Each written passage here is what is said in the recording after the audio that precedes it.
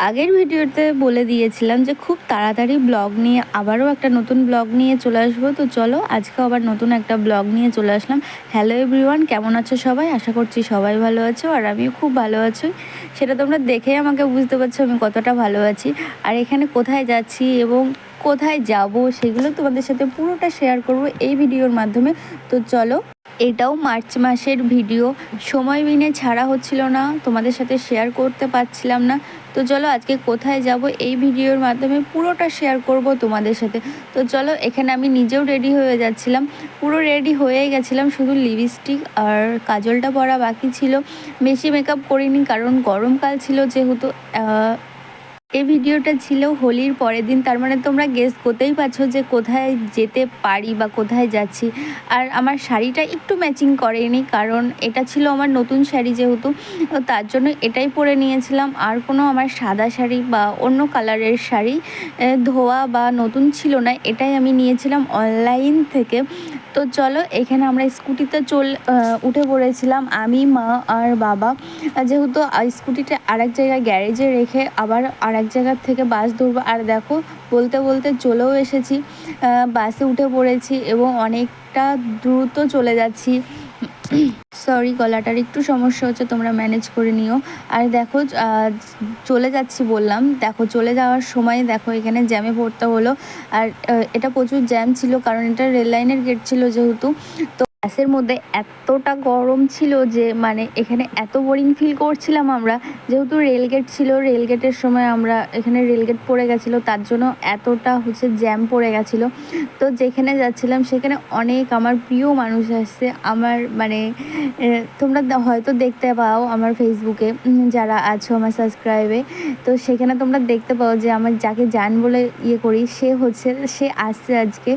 মানে এতটা হ্যাপি। তো দেখো চলে এসেছি, এটা কোন জায়গা তোমরা হয়তো অনেকেই চিনতে পারছো এবং অনেকেই জানো, মায়াপুর। আমাদের খুব শান্তি এবং মানে খুবই একটা সুন্দর জায়গা, যেখানে আসলে একটা অন্যরকম মানসিক শান্তি অনুভব করে থাকি আমরা। তো আমার পাশে যেটা যাচ্ছিল সেটা দাদা ছিল। তো তোমাদের দেখাতে পারিনি যে দাদার ভিডিওটা, এই যে যেইটুকু দেখাতে পারলাম। তো দেখো এখানে চলে এসেছে মায়াপুরে এবং আমরা একটা জিনিস খুঁজছি যে আমার জানটা কোথায় গেল। আবারও চলে এসেছি আর একটা জায়গায় ওদের খুঁজতে। এইভাবে ফোন করে করে খুব রেগে যাচ্ছিলো বাবা, দেখতে পাচ্ছ বাবা দাদা সবাই ফোন করছে, খুব রেগে যাচ্ছিলো যে এই ভিড়ের মধ্যে কিভাবে খুঁজবো। তো তারপর জানতে পারলাম এই দিকটায় আছে, তারপরে এদিকটায় আসলাম। এই যে এইখানে না ফোন নিয়ে ঢুকতে দেয় না, আর এখানে খুবই একটা ঠান্ডা মস্তিষ্কর জায়গা, যেখানে মানে খুবই খুবই সুন্দর একটা জায়গা। আর এই যে আমার কলিজাটা, হ্যালো বেবি, খুব হাই। ও তোমাদেরকে একটু হাই করে দিল, তোমরাও কমেন্ট সেকশনে একটু হ্যালো করে দিও। তারপরে ও রাগ করে দেখো চলতে চলতে চলে গেল ওর পাপার কাছে। ওখানে মা ছিল, মাসি ছিল, বাবা ছিল, সবাই ছিল। ও ওখানে চলে গেল, রাগ করতে করতে চলে গেছিলো। তো তারপর আমরা কিছু খাইনি যেহেতু বাড়ির থেকে কিছু খেয়ে আসিনি, তাও খাওয়ার জন্য যাচ্ছিলাম। খাওয়ার কোনো ভিডিওর ক্লিপ আমি নিতে পারিনি। তো এখানে বসে যেইটুকু নিতে পেরেছি, দেখো ও আইসক্রিমটা কীভাবে খাচ্ছে, ওর মাকে একবার দিচ্ছে, ও নিজে একবার খাচ্ছে, ওর আঙুলগুলো একবার চাটছে। মানে এইগুলো দেখছিলাম আর মানে সত্যি বলছি কোনো মনেই হচ্ছিল না যে আমরা বোরিং ফিল করছি এখানে। আমি ভিডিও করছি দেখে ও কি করছে, ও খুব ভদ্রভাবে মানে খাচ্ছে আর কি। মাঝে মাঝে কি করছে দেখো, রুমালটা চেটে নিচ্ছে। ও আইসক্রিমের বদলে রুমালটা চেটে নিল দেখলে, কারণ ও জানছে যে পাশ থেকে ভিডিও করছে আর ও আর চোখে দেখো তাকাচ্ছে। এত পাকামি করছে ও, মানে এতটা দুষ্টু। আর যেই ভিডিওটা করছি না, সে বলছে নে দিদি খা দিদি, তারপরে যে ভিডিওটা অফ করে দিচ্ছি না, সে বলছে না না কেন দেবো তোকে। এটাই চলছিল। আর ও দেখো হাতটা কিভাবে চাটছে, ও আইসক্রিমটা না চেটে ও হাতটা কিভাবে চাটছে সেটা একবার দেখো। এটা দেখে আমরা খুব হাসছিলাম। আর পিছনে মেশন দেখো কিভাবে মানে ঢুলছিল হয়তো, সরি ওখানে ফোন দেখছিল, একটু মিস্টেক হয়ে গেছে। তো এখানে মাসি বোনু সবাই বাড়ি চলে গেল। এখানেই মনটা খারাপ হয়ে গেছিলো, সবাইকে টাটা করে দিলাম। তো ভিতরের মন্দির থেকে এসে ওরা সব চলে গেছিলো, যেহেতু ওদের বাড়ি যেতে অনেকটা লেট হয়ে যাবে, যেহেতু ওদের বাড়িটা অনেকটা দূরে। আমাদের বাড়িটাও অবশ্য অনেকটাই দূরে, আমাদের বাড়িটা যেতেও রাত হয়ে যাবে। তো যেটা হচ্ছে যেহেতু যেহেতু ওদের ট্রেনের বিষয়, আমাদের এখানে বাস অ্যাভেলেবেল পাওয়া যায়। আমরা যেহেতু স্কুটিতে এসেছিলাম, আমাদের রাত হলেও সমস্যা ছিল না।